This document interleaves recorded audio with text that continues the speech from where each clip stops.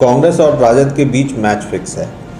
ये बयानों को बिलो द बेल्ट ले जाएंगे, तरह तरह के आरोप लगाएंगे, चुनाव में बस पब्लिक को कंफ्यूज करना चाहते हैं। और निश्चित महागठबंधन कहने के लिए महागठबंधन है, आपस में इन लोगों का कोई गठबंधन अगर दिल से बोलिएगा तो वो नहीं है। एक दूसरे को ये लोग नीचा दिखलाते रहते हैं और शुरू से ये स्थिति है। नमस्कार, मेरा नाम है फैज़ान। आप देख रहे हैं निष्कर्ष भारत। सियासी घमासान चालू है जब से लालू प्रसाद यादव जी पटना आए हैं। आज जेडीयू से हम पूछने वाले हैं कि लालू प्रसाद यादव जी के आने से क्या एनडीए पे कुछ असर होगा, उपचुनाव जो दोनों हो रहे हैं दोनों सीटों पर क्या उस पर कुछ असर होगा, तेज प्रसाद यादव जी को क्यों नहीं एंट्री मिली। और एक और बात बता दें, भक्त चरण दास को जो कांग्रेस के नेता है कुछ अपशब्द लालू यादव ने कह दिया जिससे पूरे कांग्रेस में घमासान है। इस पे जेडीयू की क्या प्रतिक्रिया रहती है, उनके प्रवक्ता से बात करेंगे। आइए बात करते हैं प्रदेश प्रवक्ता मंडल जी से। सर, कल लालू प्रसाद यादव जी पटना आने से पहले दिल्ली में एक बयान दिए थे, कांग्रेस के नेता को सर कुछ अपशब्द कहा था जिसपे कांग्रेस काफी नाराज है। सर उस पर क्या? देखिए, हम शुरू से कहते आए हैं और आज भी ये कह रहे हैं कि कांग्रेस और राजद के बीच मैच फिक्स है। ये बयानों को बिलो द बेल्ट ले जाएंगे, तरह तरह के आरोप लगाएंगे, चुनाव में बस पब्लिक को कंफ्यूज करना चाहते हैं। और निश्चित रूप से लालू जी जो शब्दों का प्रयोग कर रहे हैं कोई नई बात तो है नहीं। लालू जी जाने ही जाते हैं इसी तरह के शब्दों का प्रयोग करने के लिए, या यूं ही इसी तरह किसी को कुछ कह देने के लिए। तो ये उनके लिए कोई नई बात नहीं है, ना बिहार के श्रोता या जनता के लिए कोई नई बात है। लालू जी इसी मिजाज के व्यक्ति हैं। जहाँ तक ये जो नुरा कुश्ती ये लोग कर रहे हैं तो ये तय है कि ये 2 तारीख तक, जब तक रिजल्ट नहीं आता तब तक ये करते रहेंगे। बाकी 2 तारीख के बाद एक मंच में इन सभी को फिर से वापस आना है, कांग्रेस राजद को, और एक ही लाइन कहना है, महागठबंधन जारी है। सर, लालू प्रसाद यादव जी का कहना है कि हम टिकट इसलिए कांग्रेस को नहीं दिए क्योंकि वो नैया डुबा देती है, अपना जमानत जब्त करवा देती है, इसके वजह से हम टिकट उनको नहीं दिए। देखिए, एक महागठबंधन कहने के लिए महागठबंधन है, आपस में इन लोगों का कोई गठबंधन अगर दिल से बोलिएगा तो वो नहीं है। एक दूसरे को ये लोग नीचा दिखलाते रहते हैं और शुरू से ये स्थिति है।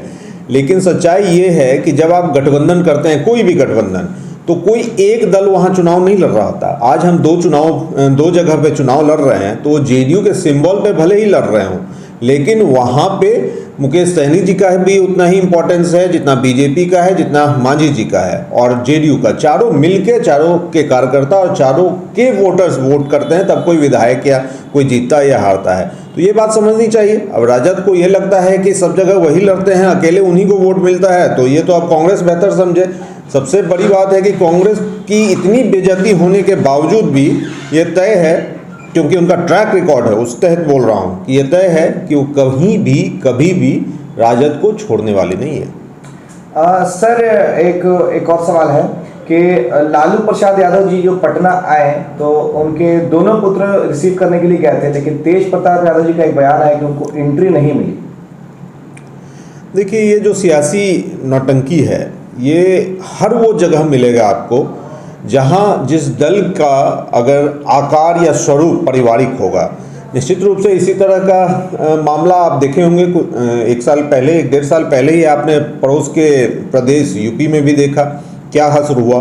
तो कुल मिला के जो भी पार्टी एक पारिवारिक पार्टी होती है और उसमें अगर 2-4 लोग होते हैं जो कहीं ना कहीं पार्टी पे कब्जा जमाना चाहते हैं, तो ऐसी स्थिति में यही परिस्थिति होती ही है। आज राष्ट्रीय अध्यक्ष के रूप में लालू प्रसाद यादव जी हैं, तबीयत नासाज चल रहा है, पॉलिटिकली अब एक्टिव भी नहीं है उस हद तक। तो अब एक लड़ाई है कि राष्ट्रीय अध्यक्ष कौन बनेगा, पार्टी को कौन अपने कब्जे में लेगा। तो 2 पुत्र हैं, दोनों पुत्र पॉलिटिकली एक्टिव हैं, तो ये होड़ उसी की है, लड़ाई उसी की है।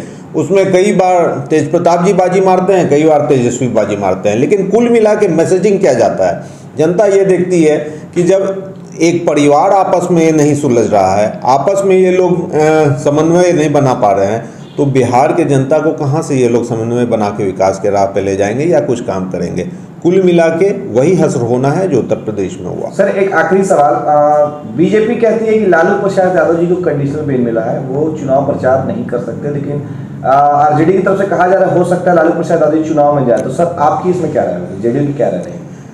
देखिए, अब बेल मिला होगा तो सारे प्रोविजंस को लालू प्रसाद यादव जी ने पढ़ा होगा, पहली बात। निश्चित रूप से मेडिकल ग्राउंड पे भी उन्होंने कई दफ़े अपने बेल को क्लेम किया था। तो वो एक ग्राउंड तो जरूर था, लेकिन जो फाइनली उन्हें बेल मिला है, जो कि मैंने उनको भी कल खुद कहते हैं सुना कि क्योंकि उन्हें इसलिए बेल मिला क्योंकि उन्होंने हाफ सेंटेंस जेल में बिता लिया है।